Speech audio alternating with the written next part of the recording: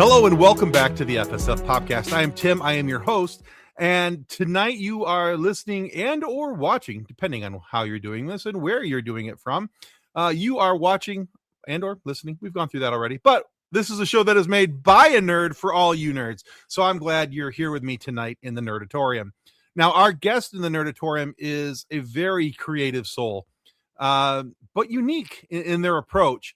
Now, I don't typically see people in the guest chair with the path that this person took to what they do. They run a major creative brand that connects talent with creative purpose and purpose-driven experiences.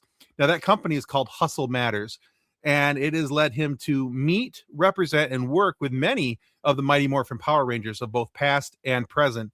But tonight we're going to discuss his path to discovery of self, his purpose behind Hustle Matters, and his brand new comic called Phantom Force. And we're going to talk to him about what's possibly coming next. I am very excited to welcome Aaron Coney to the show. Welcome to the show, Aaron. Thank you. That was a great introduction, man. I appreciate that a lot. Thank you for having me. Yeah, absolutely. I'm glad to have you. I'll be honest with you. I may have pilfered that a little bit of that from some other introductions I saw. I was like, oh, I'm going to take a little bit of that from here. I'm going to take a little bit of that from there. So it wasn't like direct one-on-one plagiarism, but there's a little bit of, I think I saw it on one of your other pages, and there was an introduction. I think it was Canvas Rebel did an interview with you. And I took a little bit out of that. You were talking about yourself, and I'm like, sometimes the best way to introduce a person is with their own words. So hey, I love it, man. That's what the great ones do. They borrow the good stuff from different places and put it together. So absolutely, yeah. And by the way, forgive me. I was at a Comic-Con this weekend, 50,000 people, lost my voice, and I'm on the rebound. Well, I'm glad you have enough voice to be with us here tonight. So we'll make do. So all right. So Aaron, the first question I have for you is a question I ask every single guest that comes to my show. And I do this for two reasons. Number one, I know I have this overwhelming desire to know what makes people tick. Why do you do what you do? What is the driving force behind why Aaron Coney is Aaron Coney? So, and the second part of that is I'm a massive nerd, and we nerds love a good origin story. So in the origin story of Aaron Coney, man, what got you here? What made you say, I need to be a creative person? Man, first of all, it's a great first question. It is a great first question. I don't know entirely what made me say that I have to do this. I know the things that point A's that led to point B's and so on to get me to where I am. But I guess my earliest memory of being creative was my dad. He used to light up when he talked about Star Wars and when he talked about Superman and from the radio show to the Christopher Reeve movie, and he even had some of his old drawings from when he tried to draw Superman. And at the time, I didn't realize that my dad wasn't that artistic, but it was just so cool that he was passionate about something like that. Yeah. And that was kind of my earliest memory of superheroes. And I kind of followed suit with my brother, you know what I mean? The Ninja Turtles, the Power Rangers, the Spider-Mans, all of it. And so that whole fantasy world really appealed to me. And then I think every little kid wants to be like his big brother. My big brother was an artist. And so the way that we related to each other and the way that I got him to like me, when he wasn't beating me up, was when we were nerding out over superheroes and stuff. So I think really that was what kind of formed that for me. And then I kind of just took my with that and kind of pioneered that into drawing on the computer, doing art on the computer, became a professional graphic designer, got to work at studios like Disney and Fox and Mattel and kind of learn about storytelling and world building and things of that nature, and just kind of snowballed that into my own thing. Okay. Yeah. So speaking of becoming a professional graphic designer, I noticed that you're a Michigan based guy. Yes, And sir. I saw that you graduated from Western Michigan and received a very prestigious award from them. What was that like for you? Man, that was an honor for me. It's a funny story actually because my phone rang and I saw the area code. It was like 269 and it was like a blast from the past. And I didn't pick it up, right? And I probably sent it to voicemail for like 3 days in a row. They were just calling me. And I was like, and I thought it was I thought it was one of the foundations asking for money, right? I'm like, I'm not giving y'all no money. So I didn't answer the phone. And finally I picked up the phone with a little bit of irritation. I'm like, well, hello, what's up? And he was like, hello, this is the dean of the business college. And I said, the dean? I'm like, and I put the phone, like, what's your name, man? And I Google it. I'm like, damn, that is the dean. I'm like, hello, sir. So it was funny, but it was an honor, man. To be honest with you, college was a very trying time for me. It was a very needed time. I grew a lot there. I learned a lot about myself, and I went through a lot there. And so there was a time when graduation looked bleak for me, and so to not only conquer that goal of graduating, but then going on to doing things and following my own path that they deemed worthy of recognition, and to have me as a distinguished alumni of the Hayworth College of Business is just, a blessing Okay. Yeah, I for was sure. scrolling through a few things and I saw that. I was like, wow, that's a It was pretty crazy. nice award to receive, and a nice acknowledgement. Yeah. I think regardless of how your college journey was, whether it was smooth sailing or rocky, to be able to be looked upon by a panel of people who are now your peers Yeah. and say, hey, this guy's out there killing it. He's doing what we taught him to do. That's There's got to be pretty cool. there's actually an even deeper story that I kind of been waiting for an opportunity to tell. And I was like, we're on a podcast, I might as well tell it. And I love my university and we have a great relationship. And I'm doing great things with them. So I don't want this story to impact that. But at the time, not to get heavy, but at the time, my family was going through a lot and I was distracted in school. And in one semester, my GPA fell from a 3.2 to a 2.2. And they pulled Okay. me into the business college and they told me that a 4-year university probably wouldn't be in the cards for me. And they told me that I should cut my losses and go to the community college and get an associate's degree and stop wasting my money. And they really told me that. And I was like, damn. I was Oh, like, they wow. didn't ask me if anything was wrong. They didn't ask me if anything, and it hurt. But at the same time, Hmm. they were kind of, they were just like, hey, if you're not focused, if you're not serious, just trying to drill home the fact that I was paying for college. So I did it. But I was offended. And so I remember walking out of the counselor's office and along the hall, they had all these distinguished alumni. And I looked at that wall and I said, I'm going to be on this wall in 10 years. And exactly 2 weeks before 10 years was when I got that award. And I was on the same wall, on the same thing. And it was so full circle to me. And I really love that story because it testament to my fortitude and my focus in one of the toughest times in my life when I was young. So yeah, That's that one was cool. special for me. That's cool. I always love it when I hear stories of resilience like that, where somebody says you can't do something and you literally walked out the hallway and went like, no, I'm going to be right up there and I can do this and I am going to do that. Yeah, Yeah, I think there's more stories in the world of people who are successful and who are trying to make their own path, who have something similar like that, where it's somebody said they couldn't do it. Well, no, I'm going to do it. And you watch me. watch me. You damn right, Yeah. man. That's where Hustle Matters is born. I'm gonna roll my sleeves up and get. Watch me. There you go. All right. Well, that's a great segue into my question for you about Hustle Matters. So let's just jump right into it. So Hustle Matters is not just a brand name, but that's a wonderful slogan, a reminder of what it takes to when it comes building a brand, building an image, building a name that people are going to look to. So I'm hoping what you'll do is you'll tell people about your company and how it's grown from just a small business with you basically into being something that's led you across the globe, meeting some of the world's biggest stars in pop culture. Yeah, man. It really started from humble beginnings, and I'm still there, but it's just, it started with helping celebrities like Blake Foster and Walter Jones and different people in the Comic-Con space do what they do.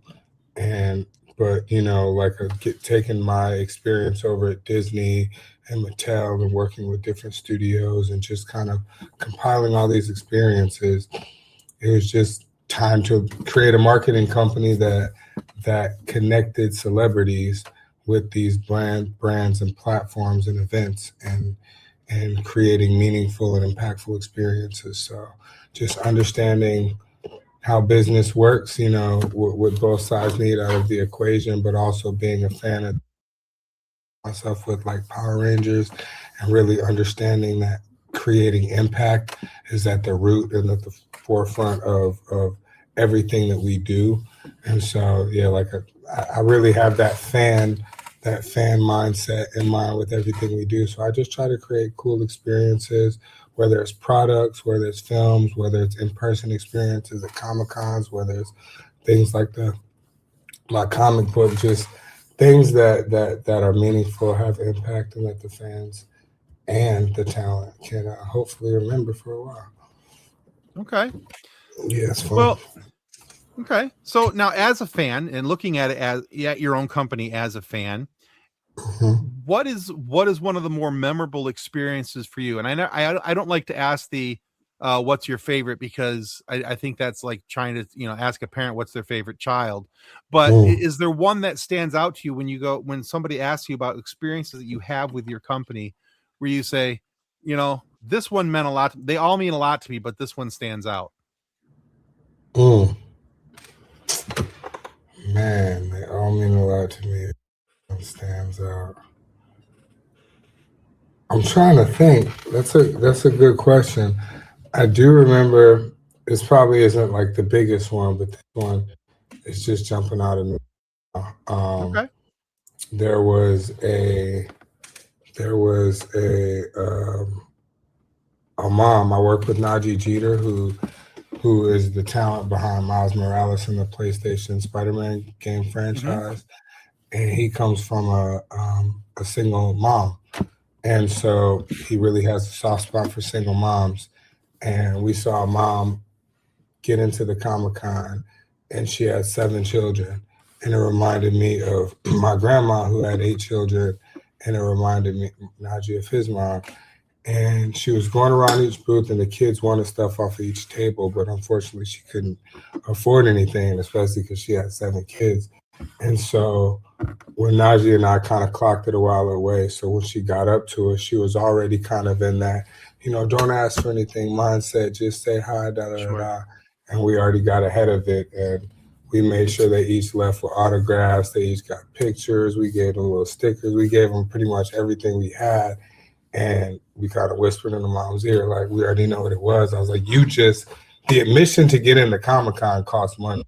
The fact that you're even in here, you know what I mean, is like, you're an amazing mom. So if we can help make that any better and memorable for those kids, we did our best. And I remember that one. And she was so thankful, and Najee was so proud and happy, and they were walking away. He was like, man, like, that's literally why I do cons. He's like, that's what I do it for. So for that one, that was special for us.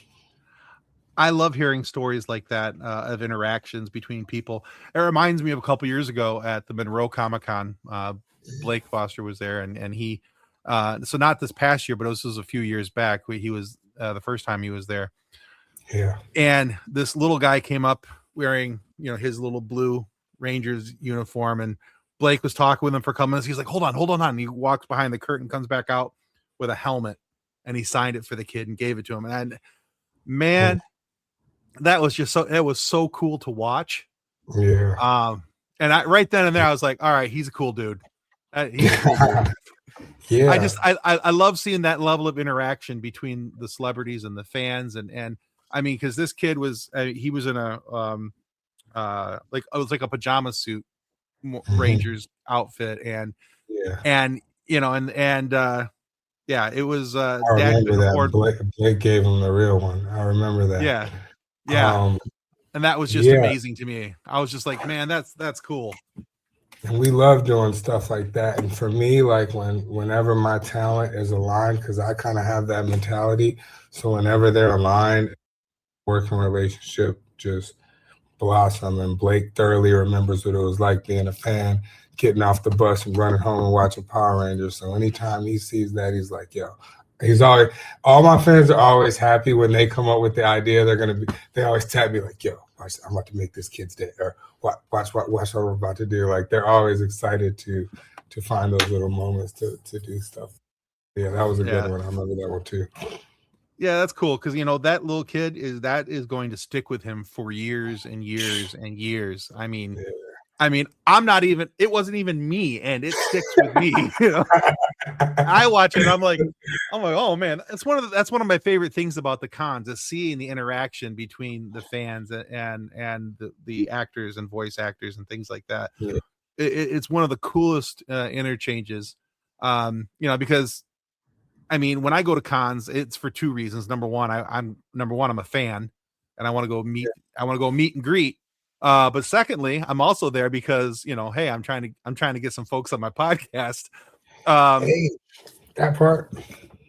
It works. It works. Yeah. But I remember I was in line, and for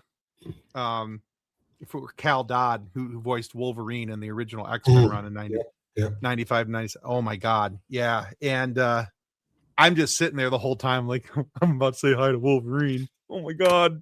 And he couldn't have been any cooler. And he eventually he said yes, and he was eventually on the show, but it was really cool for me because Wolverine has always been my favorite X-Men. And I was just like, and he did a couple lines while I was sitting there standing and talking with him. I'm like, dude, I am like this close to losing my cool and not being able to keep in my fanboy. So I'm gonna need you to ratchet down the Wolverine for me a little bit. I still have some of those moments sometimes with different people at the conventions, but I had so many of them when I was starting out. But yeah, it still happens sometimes. I'm like, yeah, it kind of happened this weekend at Albuquerque Comic Con. I was with my client Michelle, and she happened to be best friends with Emily Hard. I'm like, I love her, right? And so I was like, we're all hanging out and stuff, and I'm like, oh, this is great. But yeah, I definitely still have those moments. Yeah, that would do it for me. Yeah. Okay. All right. So you mentioned this a few moments ago. So we'll morph into this section of the conversation. Now, when your brother Daniel was on the show, he showed me the cover art that he had worked on for your comic, Phantom Force. Yeah. And he talked a little bit about it, but he wanted to wait for you to be able to talk about it more because at that point things were just kind of getting off the ground with it and everything else. And he's like, well, this is Aaron's story to tell. He goes, but I did the cover art, and we kind of left it at that. So what I'm hoping you'll do is take the fans through Phantom Force, what it is, how it came to be, and what this project means to you on a personal level. Yeah. It is. It's my baby, man. It's everything.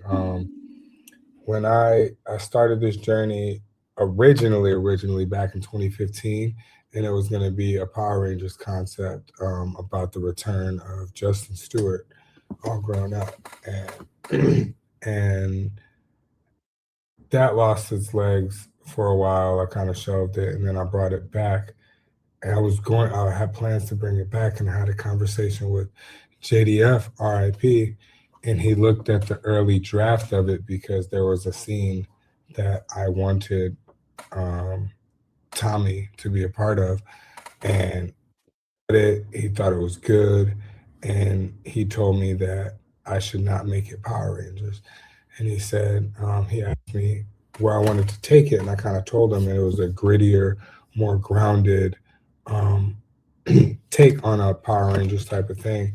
And he was like, I think you should just do that and make it its own thing, but don't actually make it Power Rangers. That way you can make it as mature as you want to make it, without having to play inside this box that Power Rangers allows you to play in.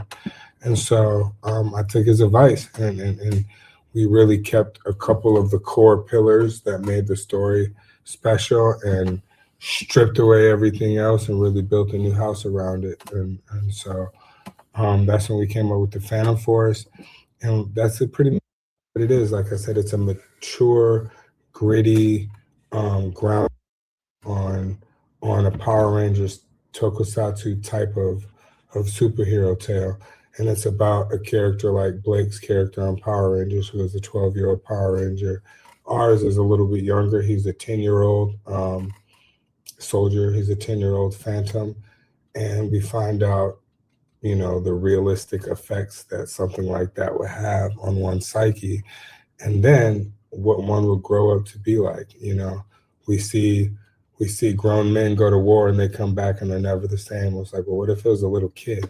And what if it was an intergalactic war? You know what I mean? And so Sure, that's pretty much the premise for Phantom Force. And then in that same tale, it's to show audiences how to deal with trauma and build their mental fortitude, because we live in such a day and age where mental health is such a concern, and we're going through so many traumatic things on a day-to-day basis, and through our cell phones we're constantly seeing and becoming desensitized to a lot of things that really are lightweight traumatic. We watch people die on our phones, you know what I mean? And so it's like really showing people how to navigate those waters in a healthy way.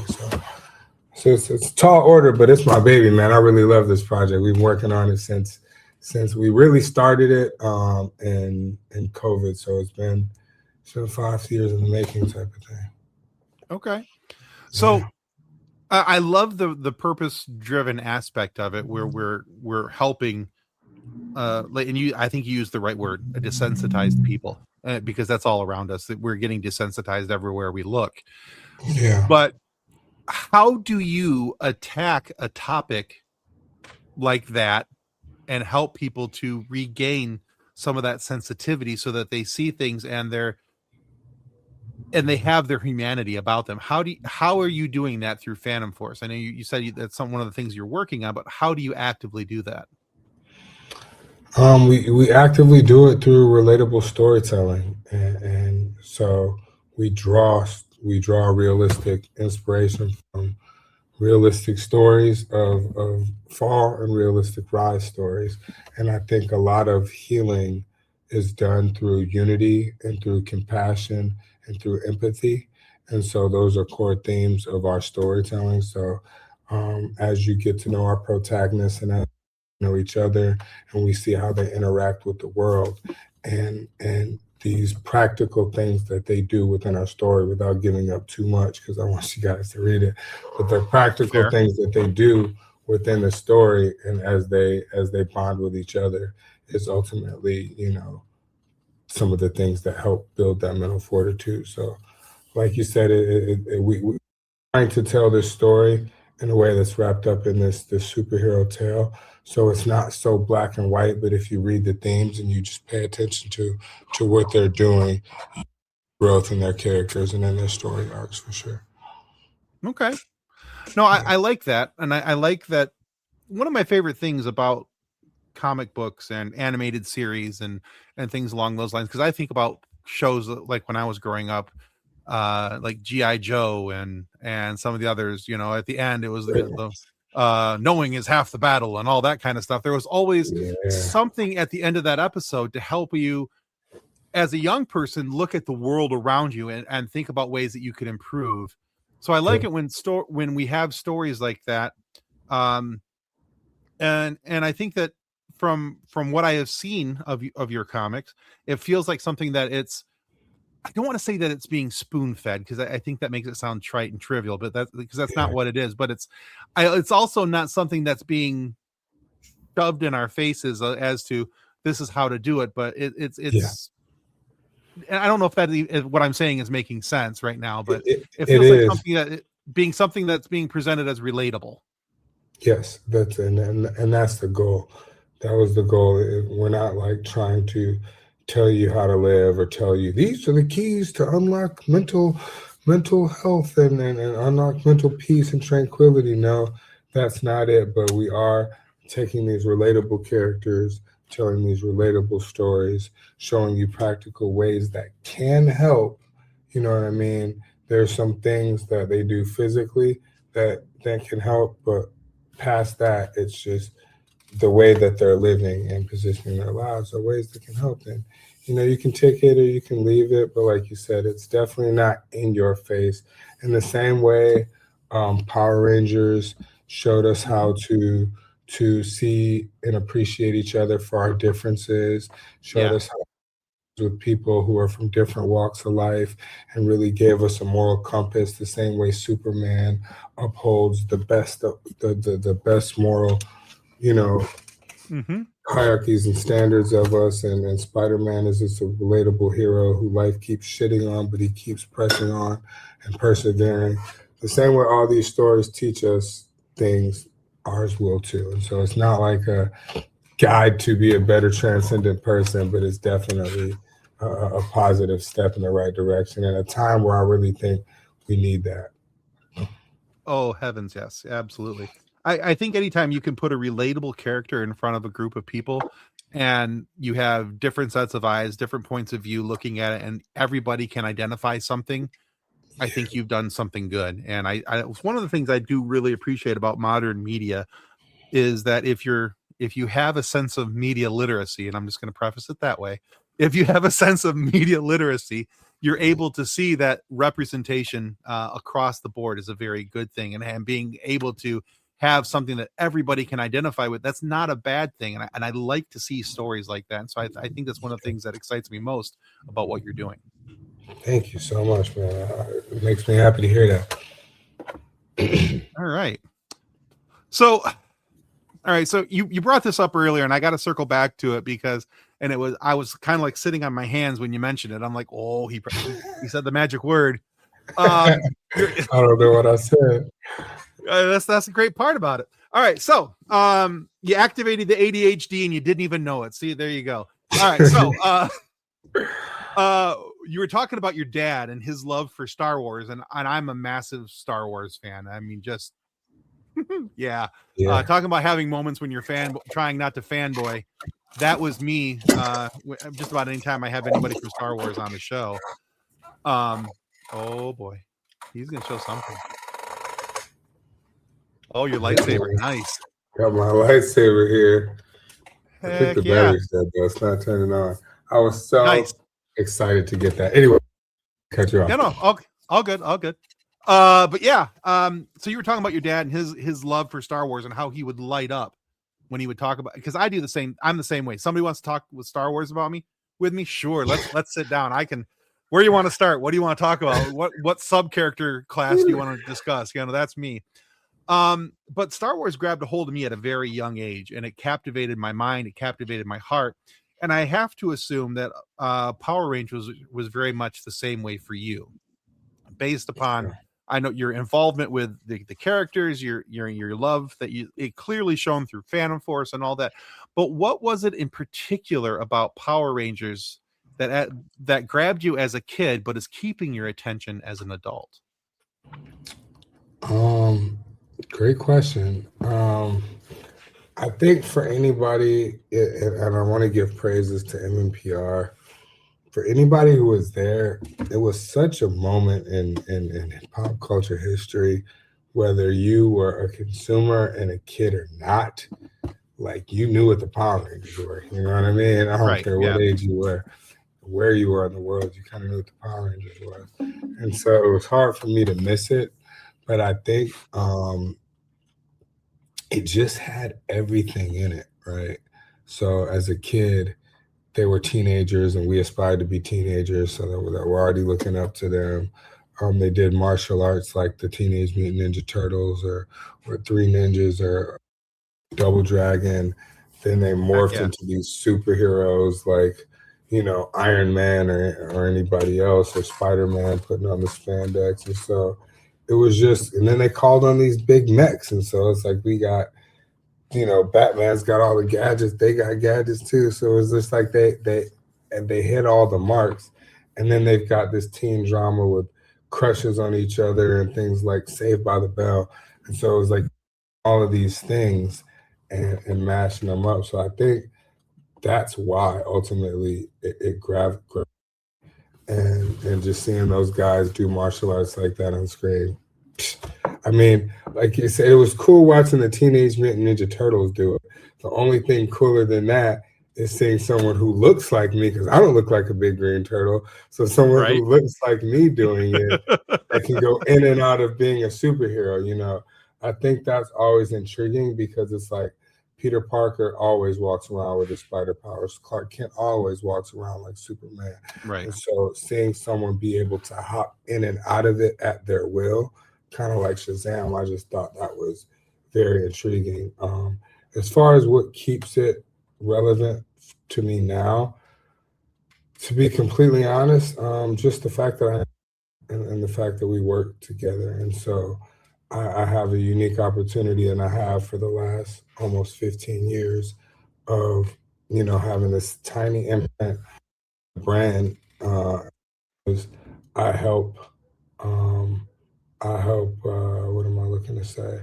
Architect what some of these Comic-Con experiences and what their social media presence looks like and the artwork that the fans collect. And so the fact that I'm able to help mold what the experience is for the fans now, I just try and keep in mind what I would have liked it back then. You know what I mean? If my dad ever took me to a Comic-Con and I got to meet the Power Rangers, are you kidding me? Are you kidding me? Like I booked the Dino Fury and Cosmic Fury cast, and they're the last ones on Netflix. And so when I see the little kids get to meet them, all I see is me if I would have met the Mighty Morphin Power Rangers. And I had a friend of mine reach out to me about her son, trying to surprise her son to meet Jordan Fight, the Golden Ranger. And I was all for it because, like I said, I saw little me, and I'm like, that's something he's going to remember forever. And so it's that kind of stuff that keeps me attached to the family. And at the core of it, man, like I said, it's such a cool concept. And part of me, not part of, yeah, a good part of me is sad that it's a children's IP because it's always going to be so corny, not so corny, but there's always going to be a little level of corniness and campiness and having to play it safe and within the Disney, you know, type of ethos. And so that's really why I made Phantom Force, because I was like, I love the concept of Power Rangers. What if we could grow that shit up? I was like, you know what I mean? It was like, I want to take these people and have them running into shit like Invincible and The Boys and having some real stuff. Like, so that was my goal, my love for that tokusatsu type of art genre, and let's grow it up. All right. No, I like that answer. That's really cool. You know what? One of the things that I didn't appreciate about the Power Rangers when I was a kid, because when I was a kid, all my buddies all thought it was, you know, little kid stuff, and so we always made fun of it. We didn't watch it, and you know, all that. Matter of fact, when I graduated high school, my buddy gave me a graduation card, but it was a kindergarten graduation card with the Red Ranger on it. With the red Power Ranger on, and it was like, way to go, buddy, you know, that type of thing. He did you dirty. Yeah, he did. But it wasn't till, I think, I'll be honest with you, it wasn't until like the movie came out in 2017.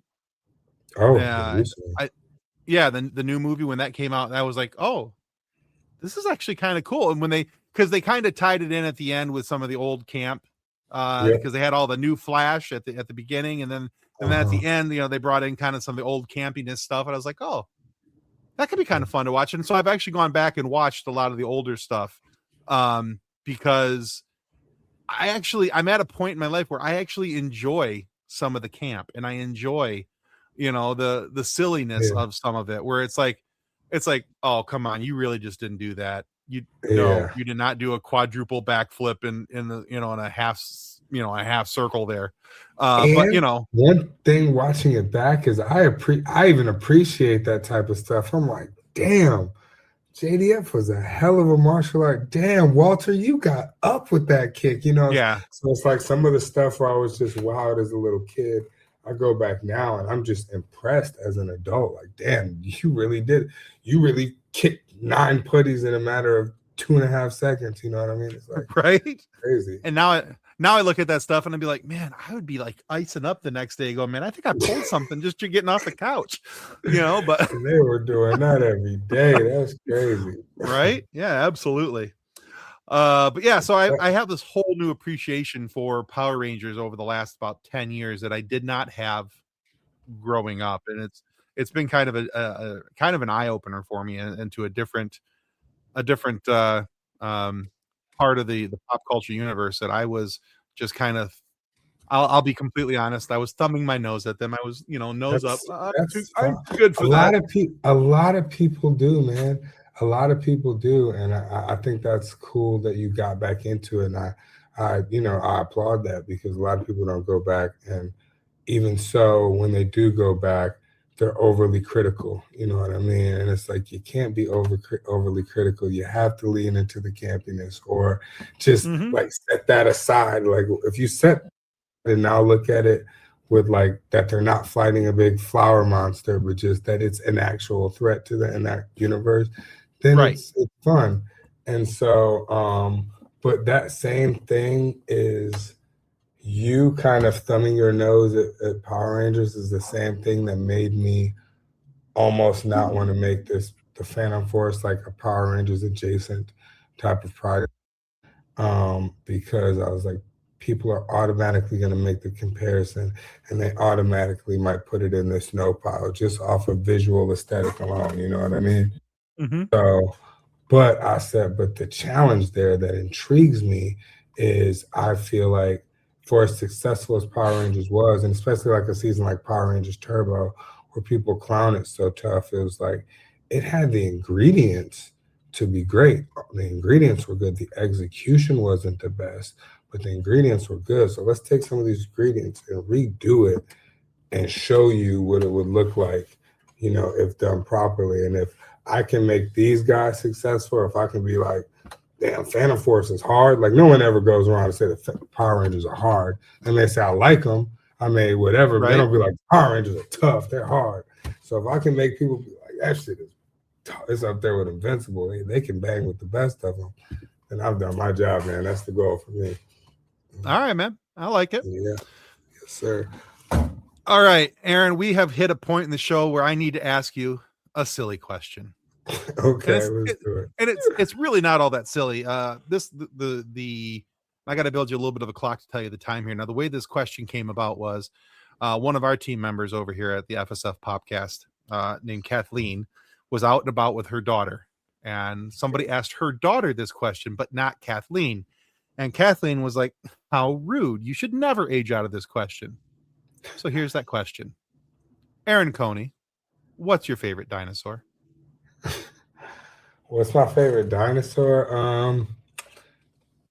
Easy for me. Once upon a time, it would have been a T-Rex. All right. But it's definitely got to be the Velociraptor. All right. Sure. Yes, sir. It's funny. Your question is very similar. So when I go to Comic-Cons, I make content now for like Instagram and TikTok.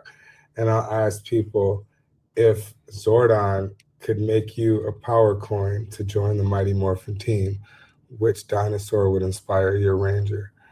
And my answer is the Velociraptor. They have that already. That's the Blue Ranger. So you got to take a ranger that's not taken, or a dinosaur that's not taken. Well, that's rude, but still. Can you think of another one that the Rangers don't have?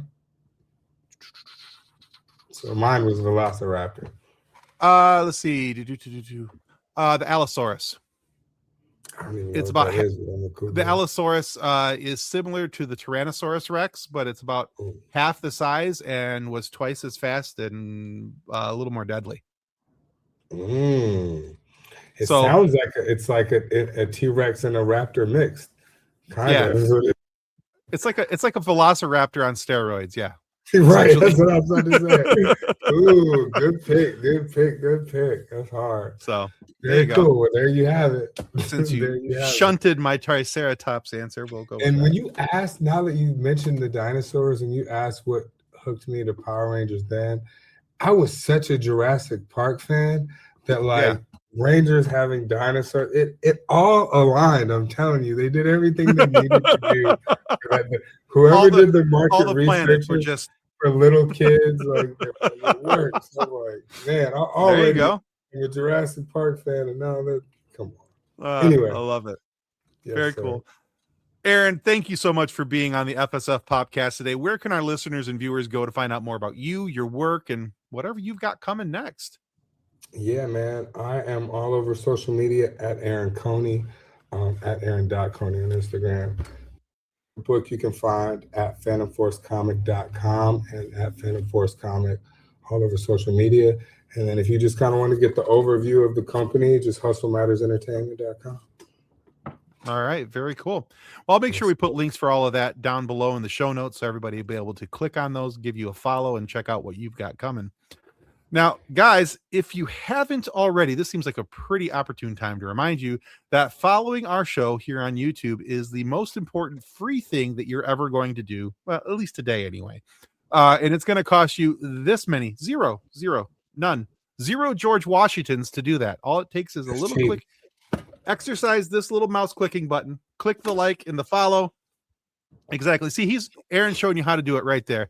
And you doing that helps ensure that we get more amazing guests like Aaron Coney here to have these great conversations and fun moments for you guys to be able to listen to. So please consider following the show. It helps me more than I can ever really tell you. And be sure to check out Aaron's work as well. He's got a lot out there between what he does for himself, what he's doing for Hustle Matters, Phantom Force, and some other cool stuff. So you're going to want to check out his Instagram. There's a lot of cool pictures on there with a lot of cool people that you have seen like for everywhere. He's got a picture with Will Smith. I mean, come on. Anyway, my God. Yeah. So thank you to Aaron Coney for being on the show. Thank you to everyone for listening and or watching this here nerdy broadcast. And may the force be with you as you continue to live long and prosper. Goodbye. Reference to any specific product or entity mentioned on this podcast does not constitute an endorsement or recommendation by Pop Culture Addicts. The views expressed by guests are their own, and their appearance on the program does not imply an endorsement of them or any entity they represent. If you have questions about this disclaimer, please contact us via email at info@pcapod.com.